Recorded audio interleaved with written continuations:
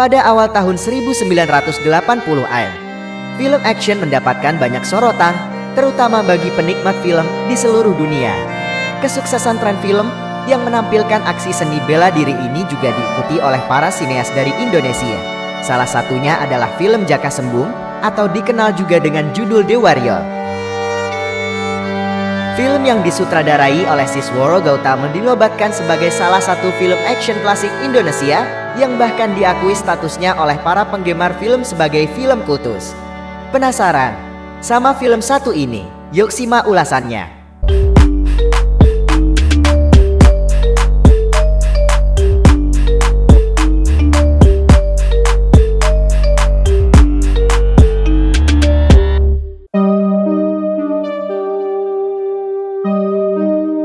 Berlatar belakang pada masa kolonial Belanda, Parmin alias Jaka Sembung bersama penduduk kandang Haru ditangkap dan dijadikan tawanan untuk kerja paksa oleh Komandan Van Schram. Di saat kerja paksa tersebut, Jaka Sembung bersama tawanan lainnya melakukan pemberontakan terhadap penjajah atas tindakan yang tidak adil terhadap mereka. Hingga akhirnya mereka pun dapat meloloskan diri dari kerja paksa.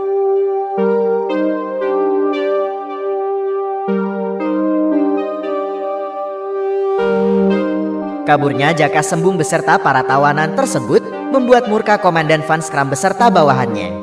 Sadar akan sulitnya melawan Jaka Sembung, Komandan Van Schram kemudian memutuskan untuk mengadakan sayembara demi menangkap Jaka Sembung kembali.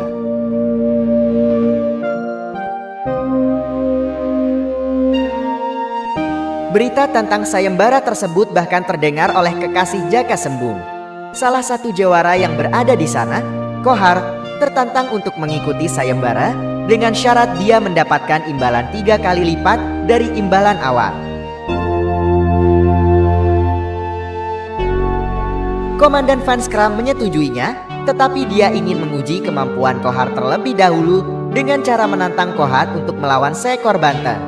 Kohar pun berhasil menumpaskan banteng tersebut.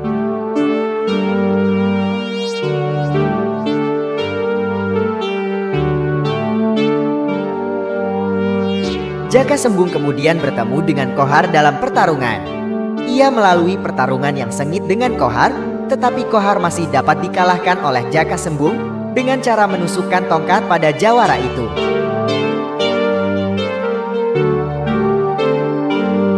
Geram atas kekalahannya dari Jaka Sembung, Komandan Van Schram didatangi oleh Ki Bidin yang mengusulkan untuk menghidupkan kembali Si Hitam, seorang jawara yang menggunakan ilmu sihir rawa ronten, sehingga dia sampai sekarang belum bisa mati jika tubuhnya menyentuh tanah. Si Hitam pun berhasil dihidupkan kembali.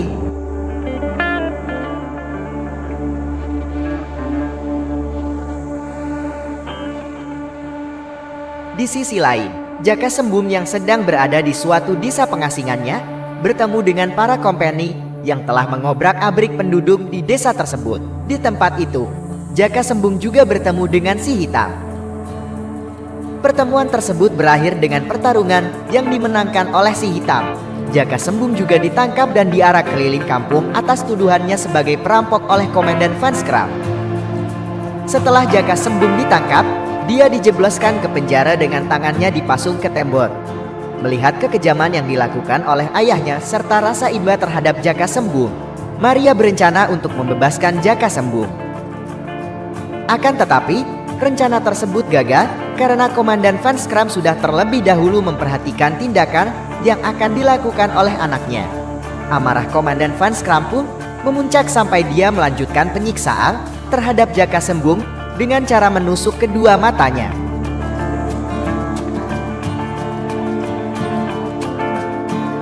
Merasa sedih atas penangkapan Jaka Sembung, Surti mencoba untuk membebaskan kekasihnya dari penjara.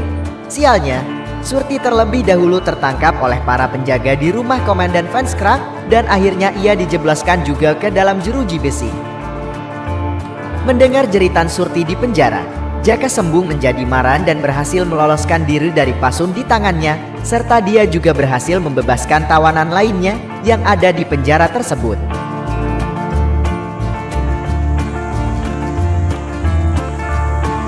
Pemberontakan lanjutan pun terjadi setelah itu, namun pada akhirnya mereka gagal melakukan pembebasan. Jaka Sembun yang tidak memiliki kekuatan lagi disihir oleh si hitam menjadi seekor babi dan kabur. Surti yang melihat Jaka Sembung berubah menjadi seekor babi lalu mengejarnya. Dalam pelariannya, mereka bertemu dengan guru Jaka Sembung. Kemudian, Jaka Sembung berhasil disembuhkan oleh gurunya dan kembali menjadi normal. Tapi keberhasilan tersebut diganjar oleh sesuatu hal yang harus dikorbankan. Surti mati dan mendonorkan matanya sehingga Jaka Sembung bisa melihat kembali.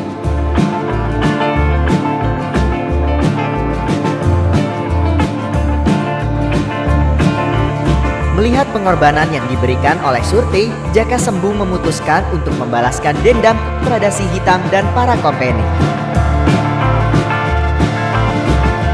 Film Jaka Sembung sendiri adalah film adaptasi dari komik karangan Jair Warniponakanda yang bercerita tentang seorang pendekar silat bernama Parmin yang bertarung untuk menumpas para penjajah di zaman kolonialisme Belanda.